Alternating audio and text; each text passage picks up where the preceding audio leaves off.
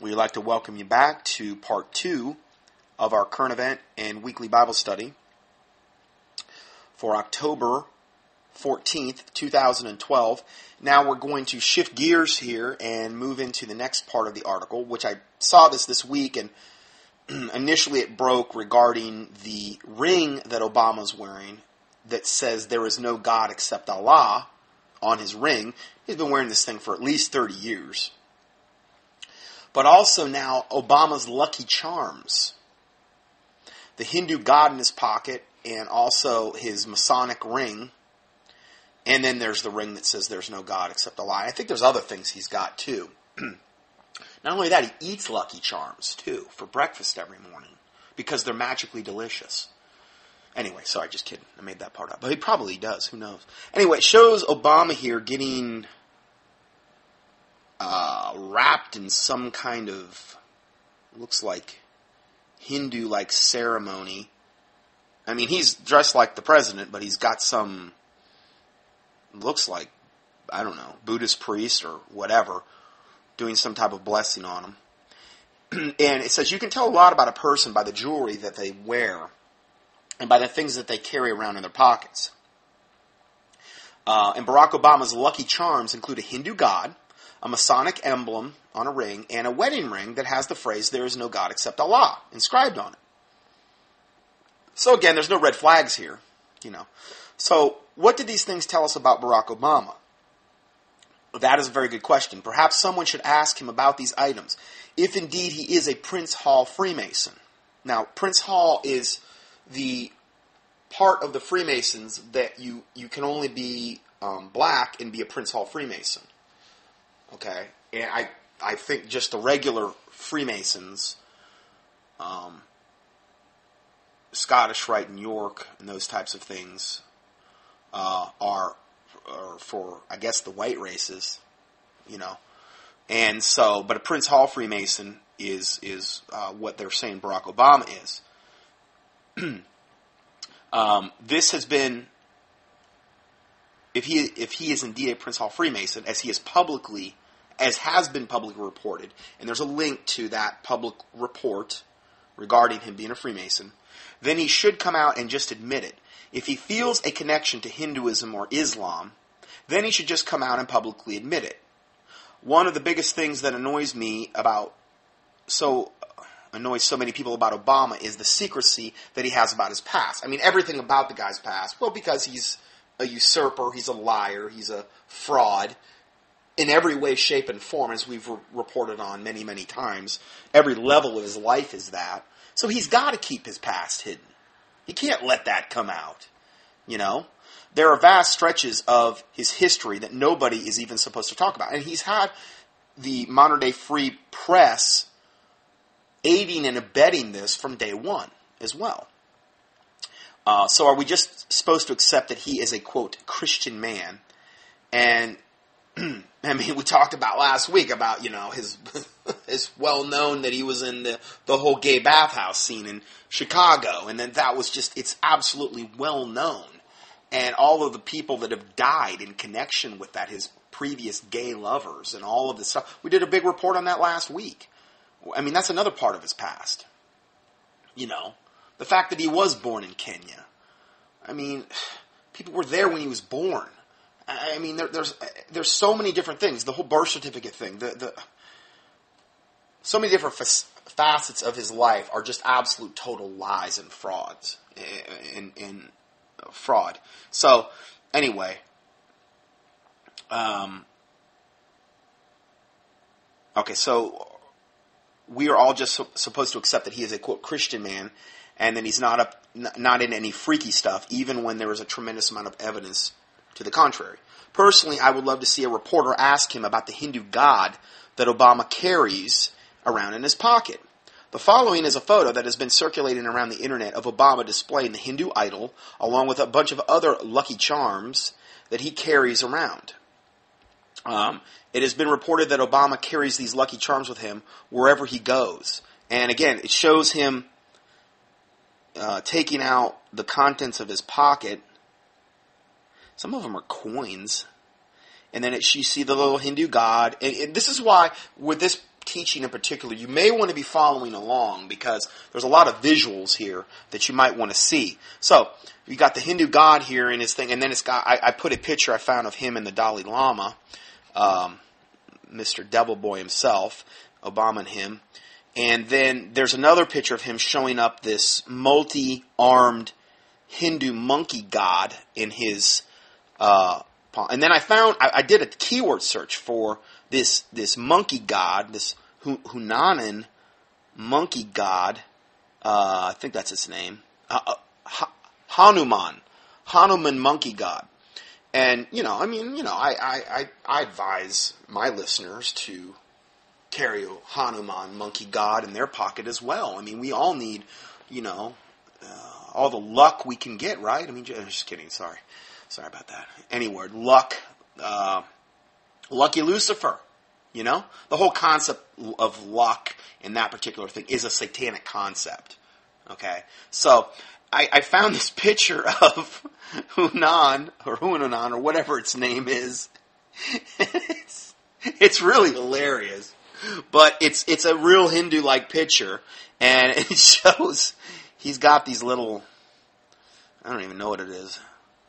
Looks like some kind of telephone receiver in his hand, and he's sitting there, and his face is like half human, half monkey.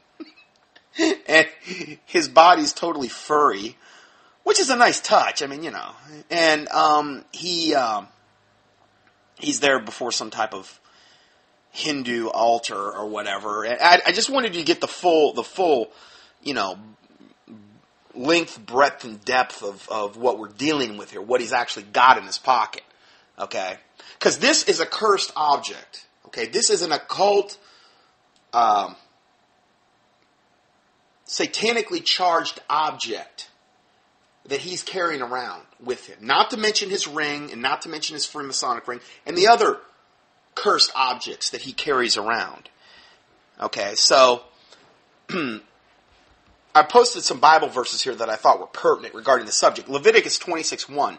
Ye shall make, now he says he's a Christian, right? He went to Jeremiah Wright's church and this type of thing. So the Bible says, ye shall make no idols nor graven image.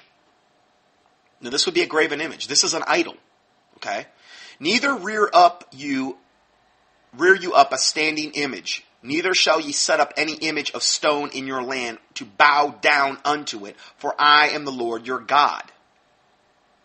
Deuteronomy 4:16, lest ye corrupt yourselves, and you make you a graven image. So when you carry something like this around in your pocket, you are corrupting yourself. This would include rabbit's foots or whatever, And I definitely would not advise eating Lucky Charms every morning because, you got the leprechaun, you got the Lucky Charms, Remember, the Bible talks about the charmers in the same vein or genre as the diviners, as the prognosticator from an occultic astrological standpoint. It's witchcraft. It's all witchcraft. Anyway,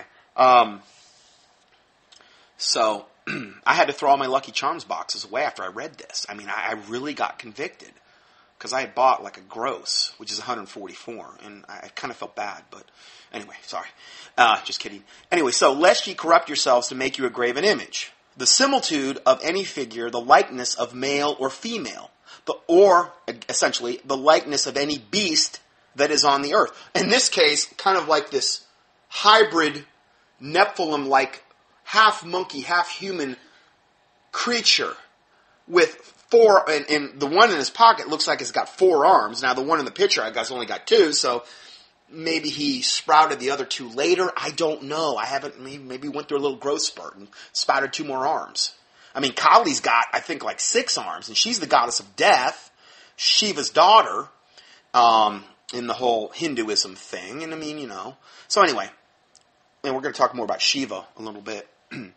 So we're not supposed to corrupt ourselves with these graven images, period. Now, what do the Catholics do? Here's what the Catholics do. They remove the 2nd commandment about bowing down to graven images and serving them.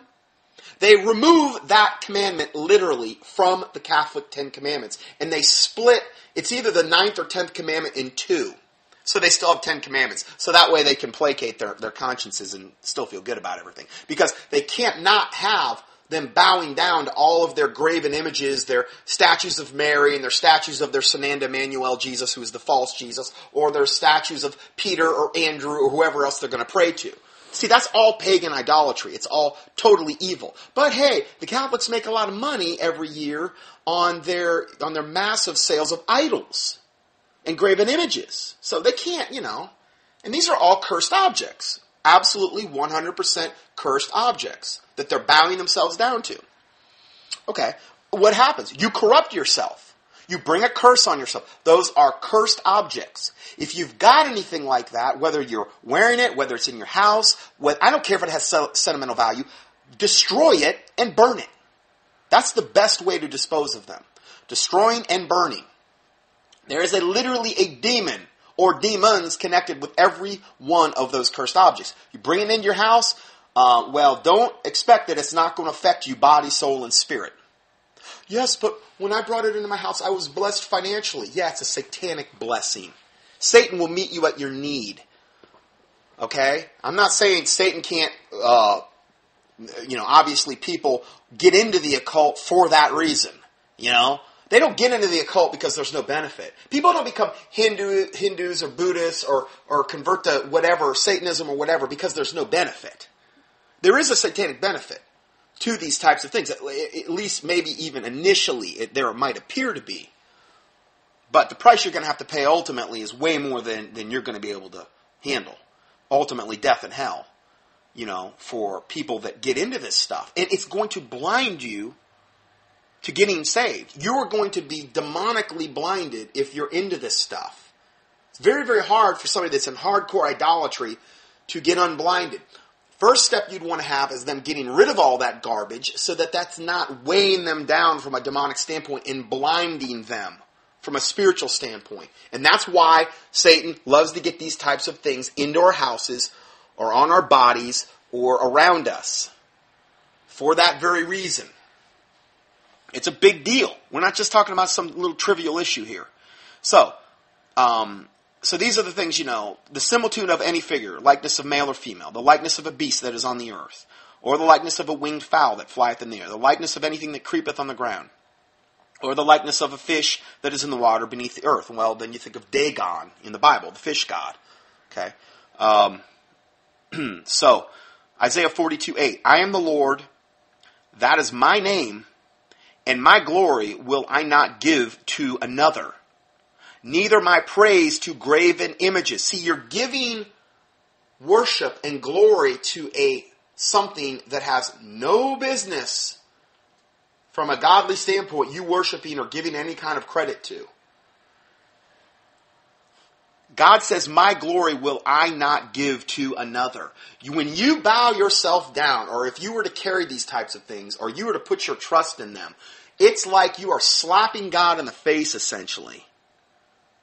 You're saying, God of the Bible, I don't want anything to really do with you. I would rather trust in my little demonic trinket over here, or my little statue I'm going to bow down and pray to. Not something you don't want to be doing. You want to anger God? This is a real good way to anger God, I believe, doing this. So, Isaiah 42:17, they shall be turned back, they shall be greatly ashamed that trust in graven images. That's their end. Okay? That say to molten images, ye are our gods. Honestly, I don't want to be judgmental, but I just don't understand it. I just don't understand bowing yourself down to Hunanan, the monkey god. It's almost like comical. I mean, why don't you just set up a statue of Count Chocula and Frankenberry and Booberry and bow yourself down to them? At least they're easier on the eyes, you know what I mean? I mean, come on. I mean, this monkey thing, I mean, he's got some, he's not looking too good, you know what I mean? He's looking kind of weird. Anyway, sorry. So anyway, Isaiah 97:7 says, confounded be all they that serve graven images, that boast themselves of idols. So, there you go. Now, got a listener that recently has, and not recently, but even they've been coming against that gigantic statue of the Sananda Emmanuel, Master Jesus, that they had at that one church where they've got the Reverend woman preacher there that's, he's trying to fill me in on that. I'm still trying to get the full timeline, but we're talking some serious corruption. And, I mean, God struck the thing with lightning the first time, and it, I believe, burned down, and then they rebuilt it. And, I mean, it's bad. It's really, really bad. And they've been there. They're my listeners, and they've been out there bullhorning people that are going into the church and telling them not, of these same verses I'm getting into now, telling them not to serve graven images. And the people there just, my people love to have it so. Just like the Bible talked about, what I said before. My people love to have it so. People that would identify themselves as Christians, they love to have it. They want their big idols. They want their graven images. They can point to that and say, look at how holy we are. They want to point to works. They want to point to, look at what we've done and all these other things. And again, one of the greatest things that are going to be foisted on humanity is when the false Jesus comes back. Sananda Emmanuel, the ascended Master Jesus, or also known as Master Jesus, with these ascended masters, connected with Maitreya. I've gotten into this before. Just key in Jesus or Master Jesus in the keyword search box. When he comes back in the end times, and he's going to point people to the Antichrist. I don't believe he's going to be the Antichrist, but he's going to point people to the Antichrist. People are going to see him. He's going to look like all those pictures the Catholic Church gave us through Michelangelo. Michelangelo didn't know what Jesus looked like. That was his artistic rendition of what he thought Jesus looked like. We don't know that. The Bible says there was no beauty in him that we would desire him. Okay, it says that in the Bible about Jesus. He wasn't like this Adonis-looking ascended master Jesus that we see, that the Catholic Church gave us exclusively, and you see those same pictures hanging up in about every church you go into. Baptist, Methodist, Presbyterian. That's the image people are waiting for to come back. What's going to happen when he actually does come back and he looks just like that? And he's going to assume the mantle of the actual of the Christian church across from him. He's going to bring all the Christian denominations that are already yoked up into the 501c3 system, pretty much worldwide. He's going to bring them together. They're going to come under one banner. He's going to be the head of that portion of the Antichrist system. That's all of the, as far as United Nations, end time, demonically prophetic plan, that's what they say is going to happen. He'll take over the head of the Catholic Church, which is probably the most suited to assume the umbrella to absorb and assimilate all of the other churches out there. They're going to come back to the mother whore church. That's how the Catholic Church refers to itself, as the mother church. It's the mother of harlots, maybe, the mother of abominations. But true Christians were never associated with the Catholic Church, ever. They came up through a totally separate line through Antioch. It's just like the Bible did. The King James Bible came up through a totally separate. And then you have the corrupt line. You have the corrupt line of so-called pseudo-Christians coming up through the Catholic way, corrupt Bibles, and then you have the King James, and you have the Christians that first called themselves Christians in Antioch in the Bible that came through a totally separate way. And they were the ones that were persecuted, like the Waldensians and the Lombards and, the early, the Baptists that came up through there. And again, to me, it's not a denominational issue as it is so much, okay, how did the church evolve? There's a really good book written on that by Phil Stringer, Dr. Phil Stringer, who I've saw speak many times. Really good book writer. Makes complicated subjects easy to understand. And it's called The Faithful Baptist Witness. And I just think it's a really good look at that subject. Denominations aside, all I call myself is a Bible-believing, born-again Christian. I don't call myself Baptist or Charismatic. I don't even go there anymore. Just don't see any Bible for denominations. Okay? But it is a very good look at that subject if you're kind of wondering about it. Thinking that, well, we're Protestants. No, we're not. Protestants came out of the Catholic Church. They were protesting, Martin Luther, 95 Thesis, nailed on the door. They were protesting what was going on in the Catholic Church. Now, they brought a lot of baggage with them. A lot of bad baggage. I don't want to be associated with that. I'm not a Protestant. Okay, so that's a very important subject to kind of understand.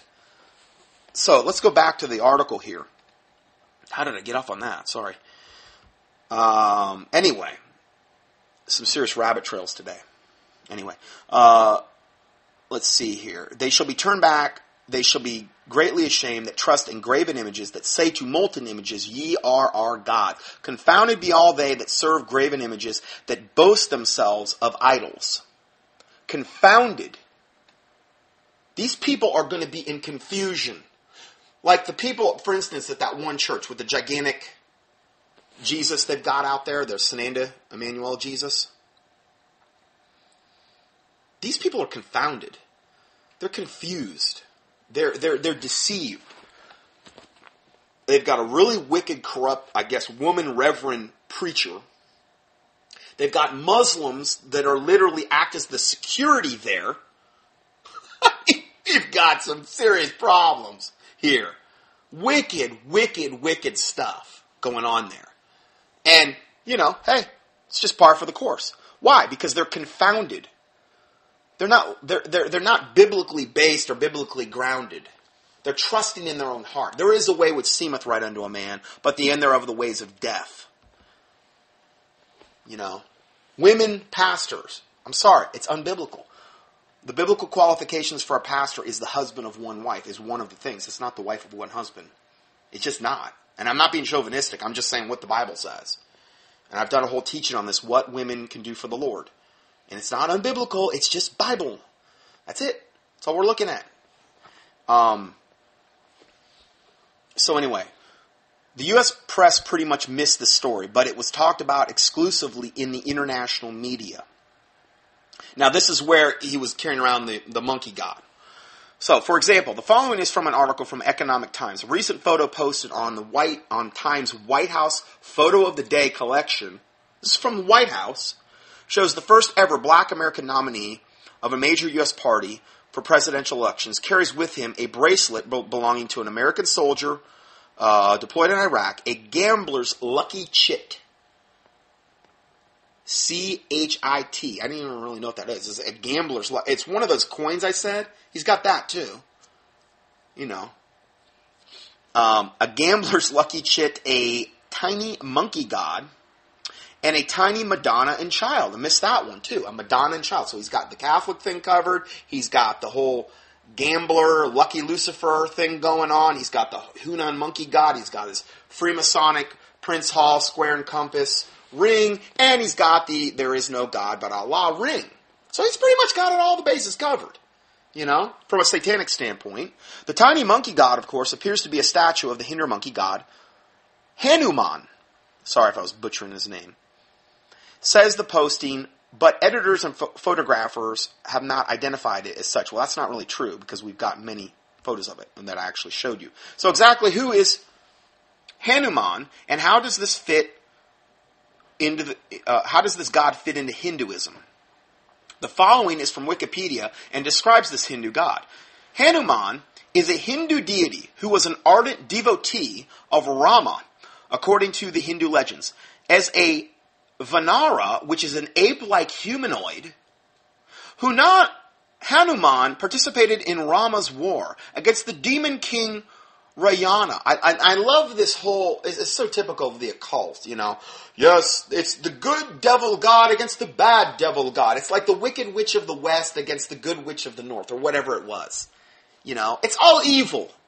It's all witchcraft. It's all garbage. Okay? It's all corrupt. So, I love he's an ape-like humanoid. That's probably what I look like, my ancestors look like, before they evolved into what I look like now. Because we all evolved from a rock originally, and then the rain rained on the rocks for millions of years, and lightning hit it, and two celled amoeba formed out of it, and that formed a fish and gills, and then it turned into a gecko, and then the gecko turned into like a snake. And then the snake evolved into some type of, little furry woodland creature. which eventually evolved into an ape, and then an ape-like humanoid, hence Hanuman, into Piltdown Man, into Neanderthal Man, into whatever, into finally us. Yeah, that happened. Yeah, that definitely happened. I believe that all day long. I mean, over what the Bible says, God creating the world in 7 days, and Him making man and woman, and yeah, I definitely believe the other. And it happened over billions of years, too. Because, anything can happen over billions of years. I mean, come on. Why can't we all just get along? So anyway, I'm just trying to make it how stupid the whole concept of evolution is. So, good old Hanuman participated in Rama's war against the demon king Ravana. Several texts also present him as the incarnation of the Lord Shiva. Now that really got my interest. Because who is Shiva? Probably heard me mention him before. Shiva is a major Hindu deity and is the destroyer. He's the god of destruction or transformer among the Trimurti, the Hindu, which is the Hindu Trinity.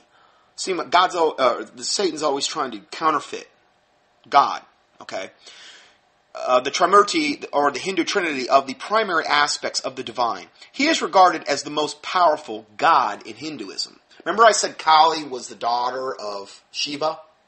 Kali, the god of death, she's the one. She's kind of got some appearance issues. She's got 6 arms, and she has a severed head in one hand, and then a plate to catch the blood dropping off in the other. I mean, she's fun. She's fun. She's kind of, kind of antisocial. But anyway, that's Shiva's daughter. So anyway, I'm not making this stuff up either. He's regarded as the most powerful god of Hinduism, the god of destruction. In the Shaivya tradition of Hinduism, Shiva is the supreme god. Okay, so they're saying that several texts present Hanuman as an incarnation of the Lord Shiva. So this might be an easier way for Obama to get away. Oh, it's just a little monkey god. Yeah, it's also known in many texts as the incarnation of Shiva, which is the main god of Hinduism, the god of destruction. And look at what Obama's done. Has his presidency been about improving, making the country more godly, making the country less evil? No, it's been about destroying this country. Lock, stock, and barrel. Every aspect of this country he has worked on destroying. So it would be no surprise to me that he's carrying around a Hindu god in his pocket, which represents literally destruction. So I thought that was rather ironic. So some Hindus in India got so excited about this when they found out that he was carrying this, that they decided to give a 2-foot-tall gold-plated idol of Hanuman to Obama. Now I got a picture of it here. The actual presentation, when they were presenting this, Obama didn't receive it. It says, as an article in the Times of India back in 2008 described, the special gift was actually presented to one of Obama's representatives. Obama's representative, Carol Savage Mar, on Tuesday received a gold-plated 2-foot-high idol, which she will pass on to Obama after it is sanctified. And I got the ceremony here where they're presenting it to him. Right here, I got this, monkey god little thing. It's all gold-plated. It's, real special. I got jealous, and I ordered one for myself. And I was going to give them out to my listeners, like the first 10 lucky listeners who call me. I was going to maybe do some kind of raffle, lottery type of thing. I don't know. Anyway, just kidding. The idol is being presented to Obama as he is reported to be Lord Hanuman's devotee. So, Obama is reported to be a devotee. Is that like a diva? A devotee. It sounds so nouveau riche. It sounds so trendy. I don't know. It just sounds amazing. He's a devotee of Hanuman. And the Hindus were ecstatic over this. I guarantee you they're going to get his vote, or he's going to get their vote, or whatever. And he carries him a locket of the monkey god, along with other good luck charms. This is so unbelievable. An hour-long prayer meeting to sanctify the idol was earlier organized at the Hindu temple by a congressional leader and the Hindu temple priests. I'm sorry, I can't help but laugh. This was a big deal. 2 foot tall, 100% cursed, satanically charged object. Because when they say sanctify, they mean we're going to make sure this is maximally, demonically, satanically charged object. And that's exactly what they meant, okay? An hour-long prayer meeting to sanctify the idol. Wow. And who knows where this thing sits? If it's in the White House or where. But it's in Obama's possession. Obama has deep faith in the Lord Hanuman. And that is why we are presenting an idol of Hanuman to him, said Obama. So, why didn't we ever hear about this in the mainstream media in the United States? Perhaps of even more concern is the fact that Barack Obama has been photographed wearing a ring, now we're going to shift gears, with a Masonic emblem. Now, here is a picture. The picture posted below is a story from the 2008 edition of Newsweek magazine, and it shows Obama's 2 hands reaching for the seal of the President of the United States. You can see the picture right here. On closer inspection, the ring on his right hand definitely appears to have a familiar square and compass emblem of the Freemasons on it. I mean, you can see it plain as day on this blow-up. It is definitely a Freemasonic ring. And then there's even a bigger blow-up. And then there's a picture of the square and compass. The Freemasonic square and compass. Which, if you don't know, is actually, how I put this nicely, a picture of the union of male and female. Okay, I'll just leave it at that. That's what it actually represents at one of the deeper levels. I understand these meanings have multiple meanings, but so anyway, it's very, very obvious what's going on here. So what's the big deal? Well, see my teaching on, it's called Freemasonry Exposed, and I give you a link to that here that you can click on pages at the start of page 8 of the PDF for October 14th, 2012.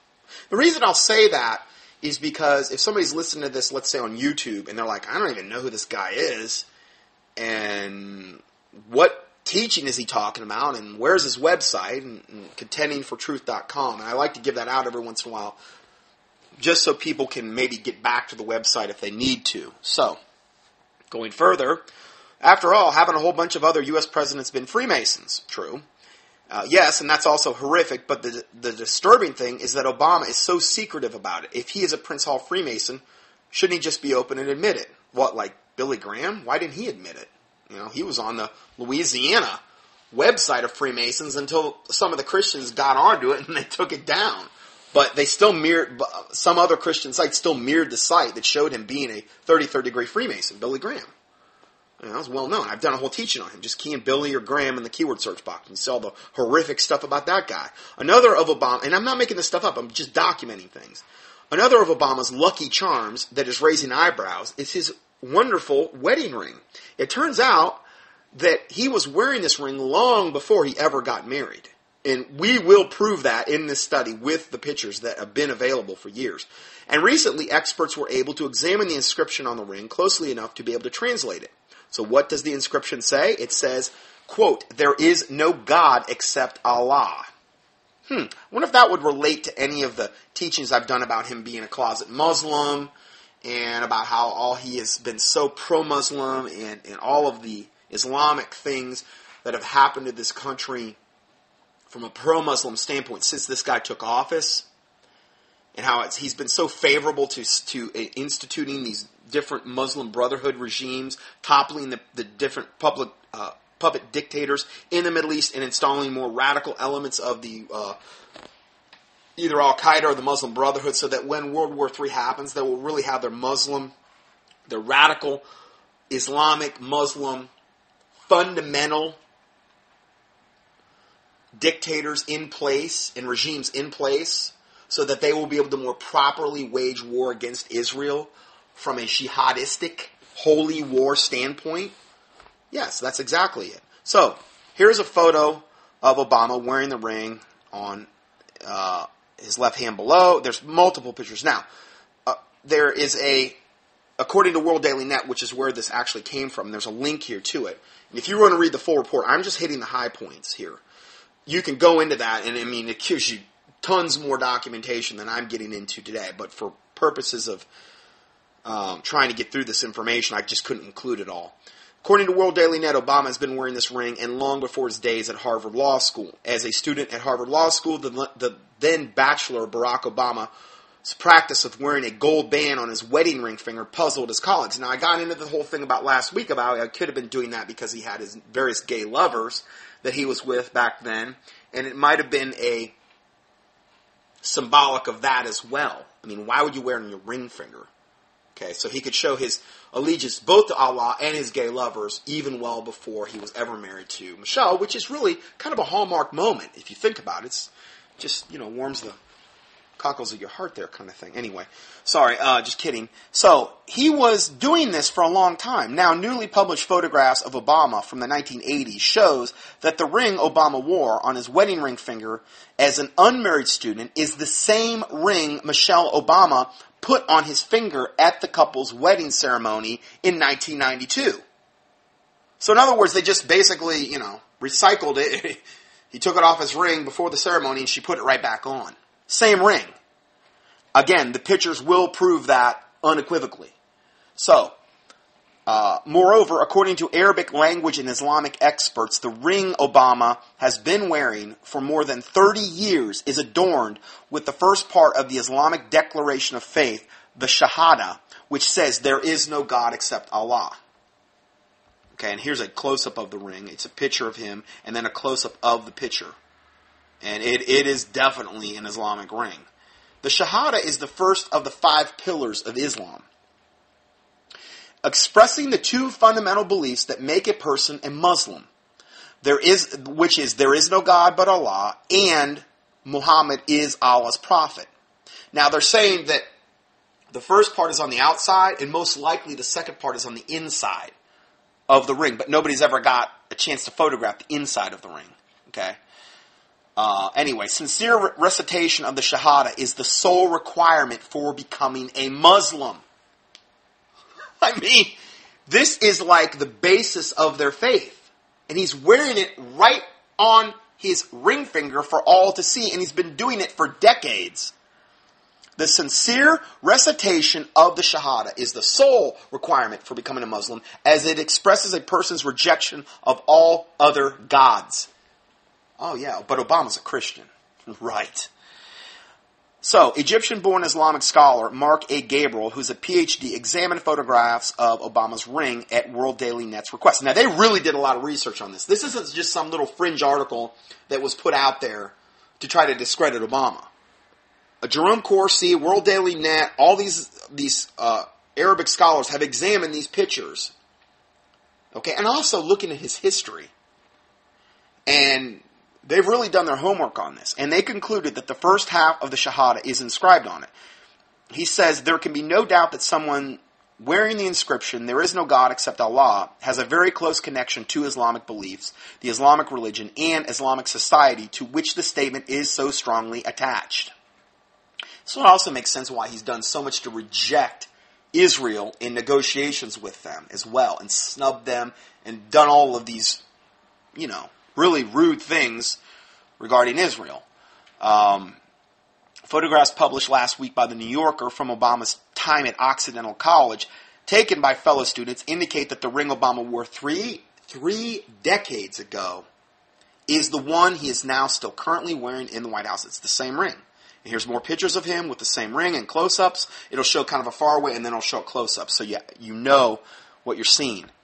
I kind of had, also these pictures were a lot bigger. I had to reduce them for the sake of the PDF because, I didn't want gigantic pictures on the PDF. But if you click on the original report, which there's several links linking to it, you'll see the pictures even in their blown up form. As World Daily Net reported in July, previously published photos have shown Obama wearing a gold band on his wedding ring finger continuously from 1981 at Occidental College through the graduation at Columbia in 1983, in a visit to Africa in 1988, and during his time at Harvard from 1988 to 1991. But none, until now, have displayed the ring with enough detail to identify it as one he is currently wearing. World Daily Net reported a satirical edition of the Harvard Law Review published by students in 1990 containing a mock Dewar's Scotch profile advertisement poking fun at Obama. Among a list of Obama's, quote, latest accomplishments is, quote, deflecting persistent questioning about the ring on his left hand. In other words, it was a big joke at the time when he went to Harvard Law. Because they're like, what is this? And he wouldn't even say back then what it meant. Everything about the guy's life is a total shrouded in secrecy. The comment suggests the ring was a subject of student curiosity at the time and that Obama was still not forthcoming with any explanation. He still has not explained why he wore the band on his wedding ring finger before he married Michelle. Filmmaker Joel Gilbert, an expert on Islamic history, noted Obama wore the ring during his high-profile speech in Cairo in June 4th of 2009, in the first months of his presidency. And there's pictures of this that I've got right here. Now we have a new context for what Obama meant when he told the Islamic audience in Cairo during that speech that he has known Islam, quote, known Islam on 3 continents. He's known Islam on 3 continents. He said that, quote.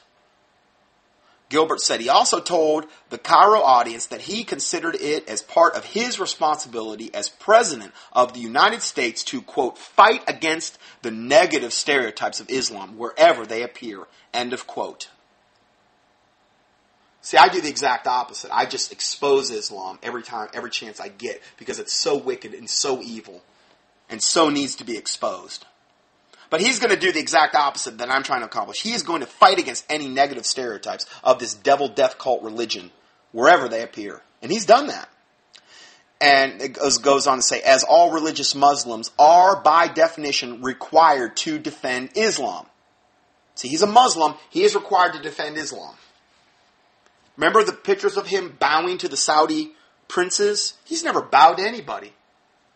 Well, from a Muslim Islamic standpoint, they were at a higher level than him. So he showed them reverence.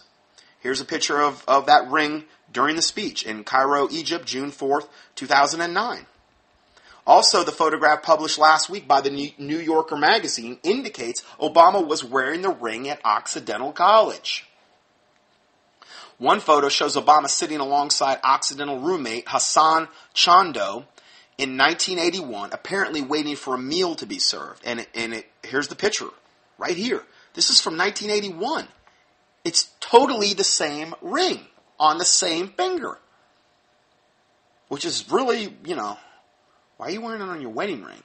And you always showed with guys. That's not really... Anyway, Barack Obama and roommate Hassan Chando at Occidental College, 1981. This is from New Yorker magazine.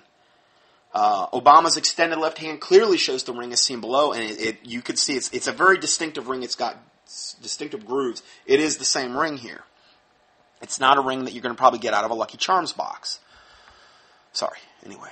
Or a Cracker Jacks box. The second of the recently released photos shows Obama reaching for a book from an Occidental College library shelf. And here, same ring on his same finger. Obama, Occidental College. 1981. Here's a close-up of his hand. You can see it's the same ring. Same thing that we're talking about here.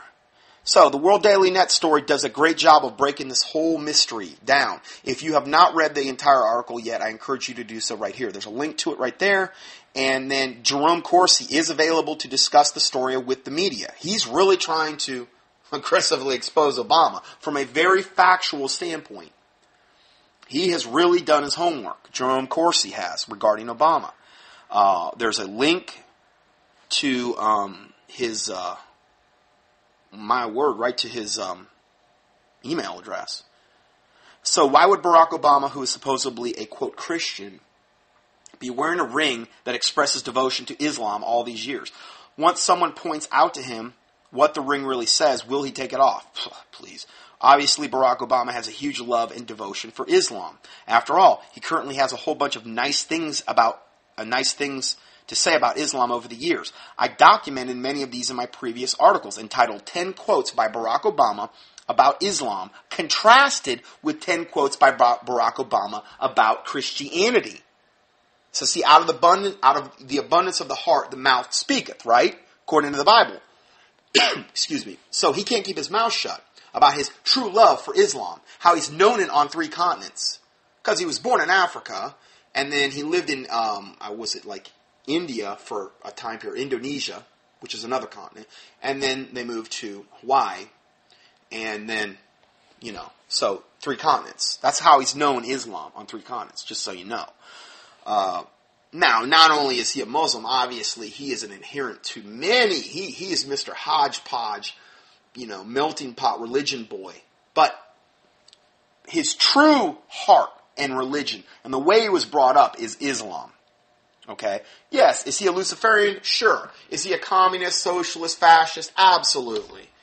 Is he a God-hating, Christless devil? Absolutely.